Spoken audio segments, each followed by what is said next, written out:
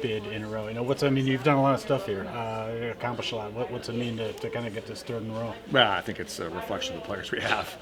Talent will always trump most anything, and it's a great group and well deserving, and really, I think peaking as far as not the third year hanging on is actually, hopefully we can continue the momentum we've had in the last couple of NCAA tournaments. Yeah, was that kind of a different feeling here today? I think the last couple you've been kind of skin of your teeth, hoping the name would come up. Yeah. Today, I imagine there was a comfort level. Yeah, but it's funny. You're still kind of nervous. You're still kind of nervous, kind of looking at who you're going to play, what's the draw look like. But we're so pleased to be in. We're so pleased to be able to host on Friday against a very good team.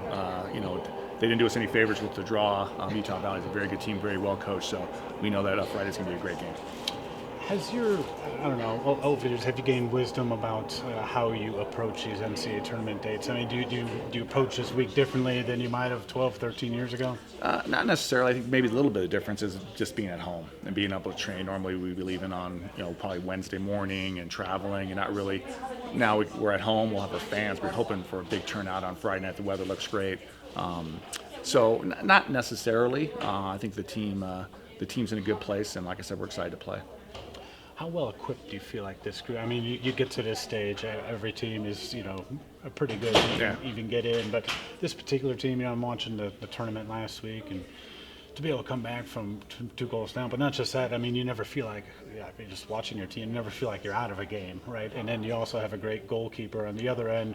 Is this team just really well equipped for whatever may come in a tournament like this? Yeah, I mean, obviously we've had a great season. That's what's given us the opportunity to be a high seed and be able to host. But as we all know, it's all one game now. There's no losing in the Big 12 and still having an opportunity. So we'll be ready to go. We'll be focused, and like I said, the team's excited. Kind of along the same lines, but how does the conference season and the competitiveness of each Big 12 game really prepare you for more tournament? Yeah, there's no doubt about it. I mean, when you look especially down the stretch, but in the league was brutal this year.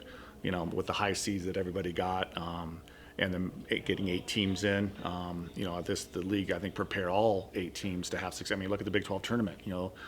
7 versus 8 in the final, and deservedly so. So. I think that we played a lot of big matches, a lot of tough matches over the last month and last couple months, and Friday's gonna be no different.